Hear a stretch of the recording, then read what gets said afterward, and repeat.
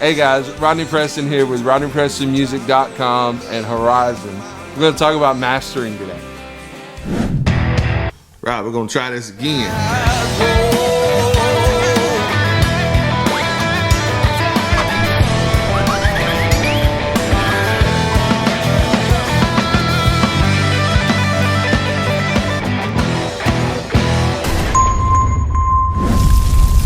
So what's the mystery behind mastering? The truth is, there's really no mystery. It's simply preparing your music for delivery.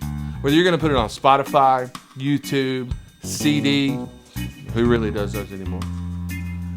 Your music needs to be in a format that's gonna be able to be distributed to the masses in the easiest way possible. Mastering helps you retain the quality of your music and the impact that your music has dynamically so that you can distribute that music and it be translated well. And that's simply what mastering is, a final polish, what have you. So today I'm gonna take you inside of Pro Tools and I'm gonna pull up a track that I just finished. If you wanna listen to it, there'll be a link in the description, plus I'll have a link flying around somewhere here. It's called Two Lane. It was written and produced here at Horizon. If you wanna check it out, please do. But I'm gonna walk you through my process for mastering and my mastering chain and give you some tips and tricks and maybe some ideas that you can try in your music. What's up, everybody? We're here in Pro Tools, gonna walk through this mastering chain. One of the things I want you to notice is that the mix here is pretty solidified and pretty, the dynamics are controlled pretty well most of the way, so you don't really want to do anything to disrupt that. Mastering is not a reinvention of your mix. You're really just trying to kind of add a final polish or what have you and make sure that it's ready for distribution level wise and things of that nature. So I'm going to run you through my mastering chain. First thing I'm going to do is turn everything off, and then I'm going to turn everything on one by one and let you hear what's actually going on. So here's completely dry. That crazy. I don't drink and drive, but I sure could use a drink to drive your memory out my mind.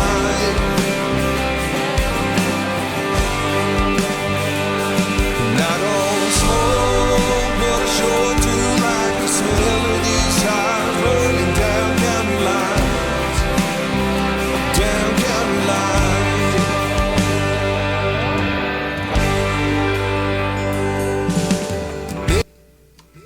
All right, so what I want to do is I want to retain all the dynamic value that's there, but I want to bring out a little bit more of the high end, a little bit more of the air.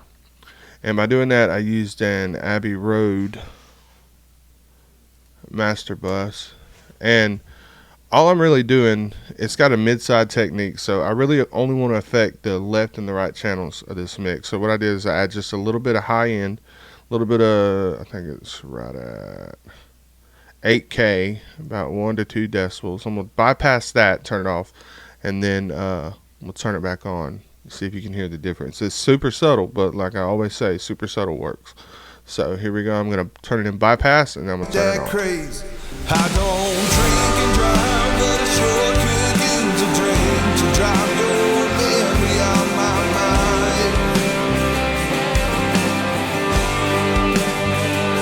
And I don't smoke, but I sure do like the smell of these tires burning down county lines.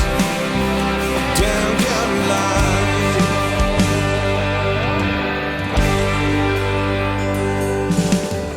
All right, so what you hear there, I heard the cymbals open up just a little bit. I heard the mix kind of open up, kind of like you just look at two double doors that just kind of open a little bit wider. That's what I heard in the sound field. Maybe you did, maybe you didn't, but if you can train your ears to hear some of these subtle differences, it'll make your mixes come out a whole lot cleaner and a whole lot better. So moving right along, the next thing we put on here was the DBX 160. Now, I know everybody thinks, oh, well, that's used for drums. Well, you can use it for a lot of things. There's really no rules, right? So I'm going to have this in bypass really quick. What I'm doing is I'm using a very, very high threshold, super low ratio. I'm at like 1.5, and then just a tad bit of makeup gain, because as you'll notice when I turn it on, I'm only doing about 2 decibels worth of gain reduction. So I'm going to play it in bypass, and I'll turn it back on for you. That crazy. I don't drink and drive, but I sure could use a drink to drive your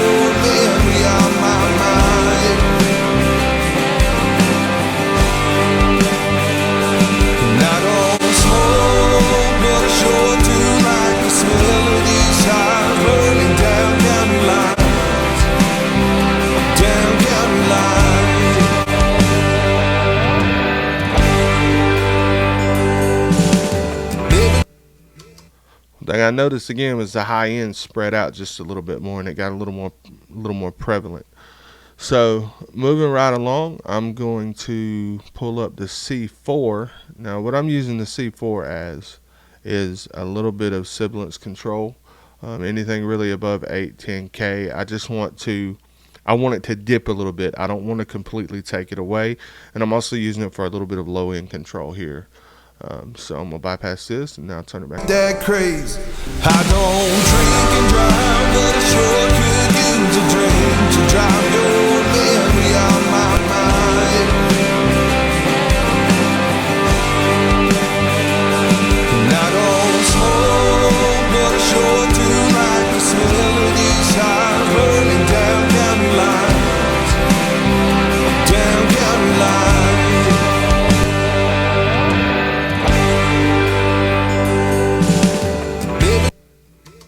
Couple things there. The low end got really focused, as did when I used the Abbey Road here.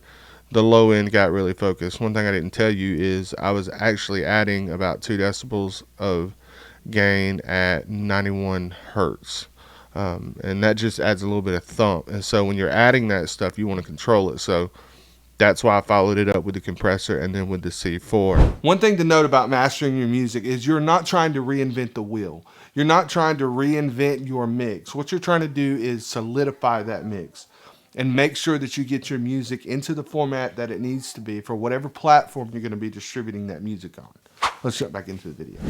The last thing on my chain is the last thing on my chain is the RTA F6 EQ.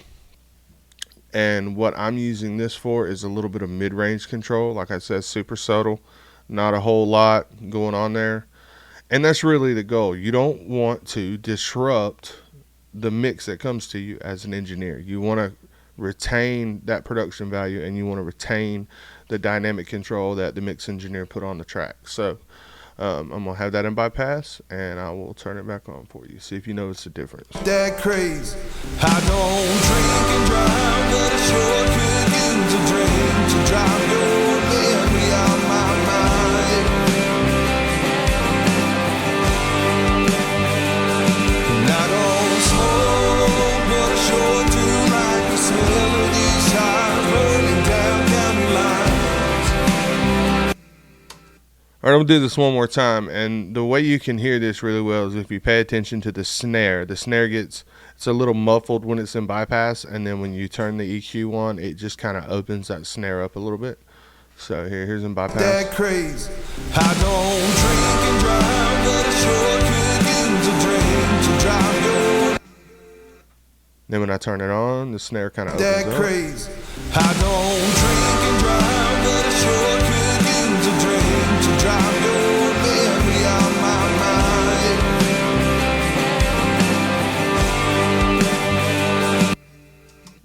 Really, really subtle. Really, really subtle. And then the last thing that I did was, well, it's 2 steps really. I went into my master fader and I added a metering plugin because I want to be hitting between -13 and -15 LUFs, which is loudness units full scale. Because most streaming platforms, that's what they're hitting at. And so I use the L2 Ultra Maximizer. And the way this works is I'm going to put these back at 0.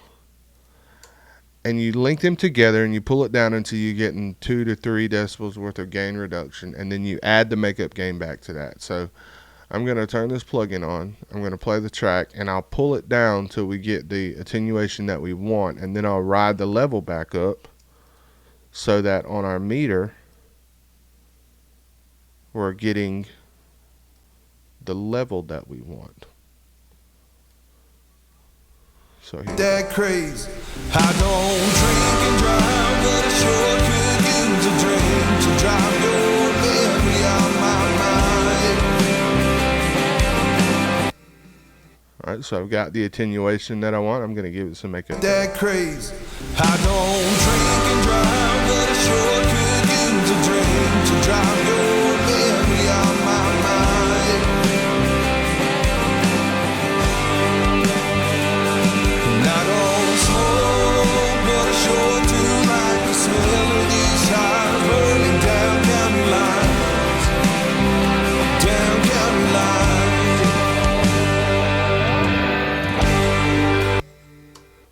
Like I said, super subtle, super subtle, but it works. Thank you guys so much for watching the video. I hope it helped. I hope that you got something valuable out of it. Once again, please don't forget to like, share, subscribe, follow. Make sure you hit the notification bell. And if you need any help with your music, please go to rodneyprestonmusic.com. I'll be more than happy to reach out with you guys. Until next time, guys, y'all have a good one.